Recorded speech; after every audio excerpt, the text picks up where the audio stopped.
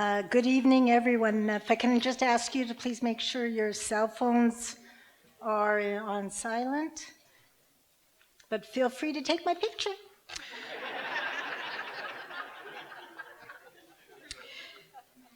Well, here we are, the CAEF Advocate Award of Excellence, October 15th.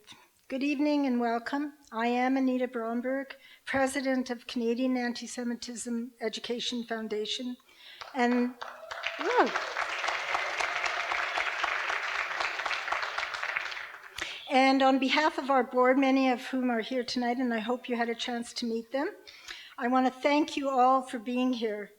Of course, special thanks to our many, many sponsors that made this evening possible. And it's also my pleasure to take a moment to thank the committee that worked so hard to organize tonight's program. Carrie Katz,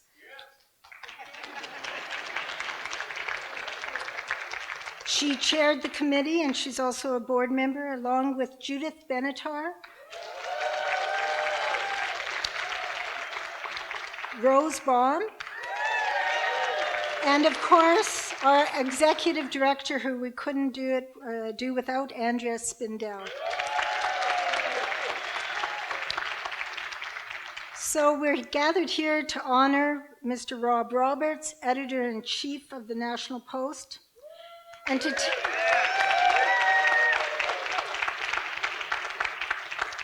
taking us through this evening's program is our MC, Patricia Bebia Mawa. She's a woman I've known and admired for many years, so it's my extreme pleasure to introduce her to you tonight. Patricia is the president and CEO of Diamond Plus Media, executive vice president of Afro Global Television, and host of Planet Africa. She has directed and produced over 15 TV programs.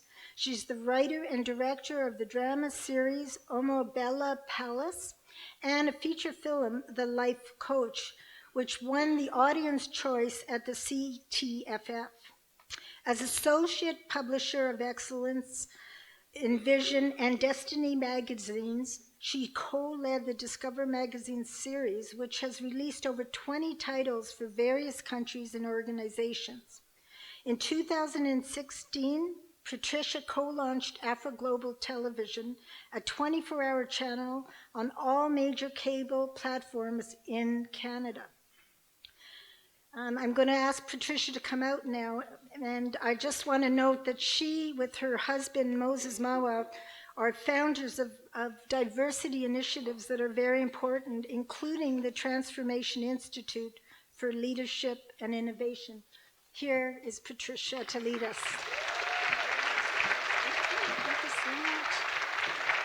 Thank you so much, Anita.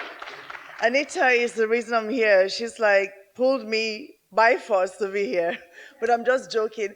Anita and I, we've done a lot together, a lot of great work, advocating for displaced people, making PSAs about anti-Black racism, anti-Islamic, Islamophobia, and all kinds of discriminations in Canada. So Anita, thank you for the great work that we've done together over the years.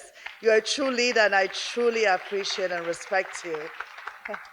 So how's everyone doing? How's everyone doing? It's not winter yet.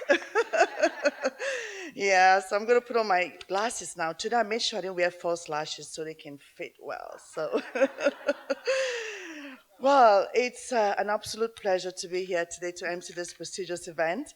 As a journalist who comes from a community that has often been portrayed unfairly in the media, I deeply understand the power of narratives and how, that can actually affect. And when I first arrived in Canada in 2000, I noticed that most of what was portrayed about the Black community on television or in the media was, war, crime, and poverty.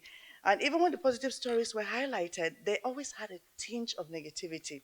For instance, a few years ago when Michael Jean became Governor General, one of the headlines said, "From the ghettos of Port-au-Prince to Parliament Hill." I was like, what? She just became Governor General. What's the ghetto thing doing in the headlines? But such framing, often diminishes the achievements of individuals and reinforces harmful stereotypes. This is what has strengthened my resolve as a journalist to continue to do the work that I do with integrity. The impact of biased narratives goes beyond words. It can influence employment, social integration, and lead to discrimination, stigma, and even hate. That's why the role that the media plays is more important now than ever before. It's not about choosing sides, but upholding the truth, integrity, and balance. And as journalists, our duty is to present facts and allow the audience to make their choices and to take their sides. So today, we're here to honor a leader who has guided editorial work at the National Post with a commitment to these principles.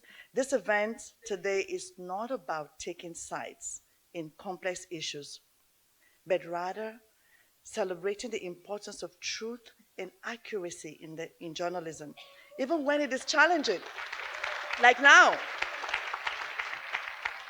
The Canadian Antisemitism Education Foundation has consistently brought people of all grades, diverse backgrounds together to educate and foster understanding, promote dialogue that transcends boundaries.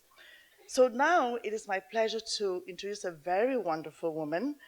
She's the Executive Director of the Canadian Antisemitism Education Foundation. Please put your hands together. Warmly welcome Andria Spindel.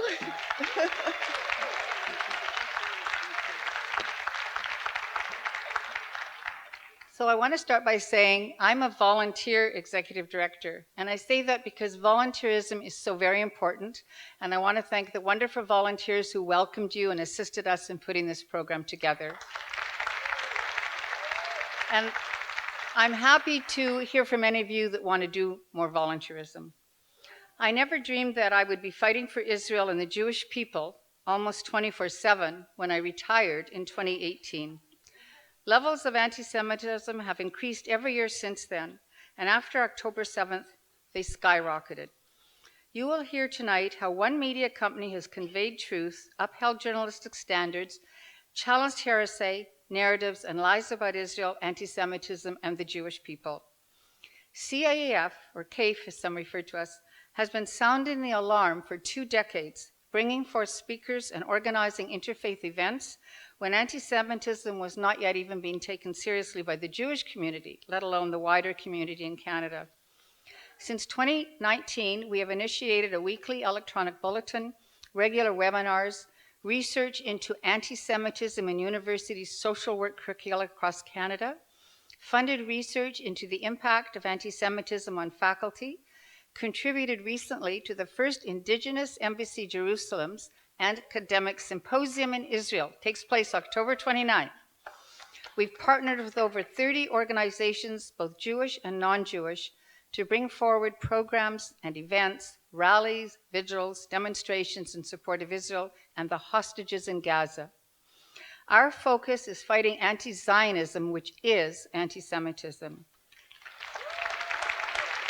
It has become critical since last October that all Jews and our growing number of allies stand firm, stand proud to be Zionists and to defend Israel, the IDF, and the courageous people who love and live in Israel. Since October, the news media in print and broadcast, traditional and social media, have by and large ignored or distorted the truth, Jewish history, and the Israeli war against terrorism.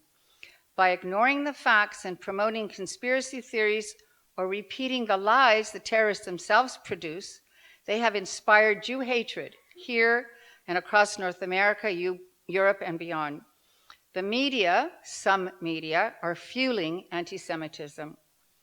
Tonight, we will hear how one person taking a moral stance, investigating facts, and repeatedly delivering quality reporting is displaying courage and tenacity, characteristics needed in the battle for truth to win the hearts and minds of Canadians.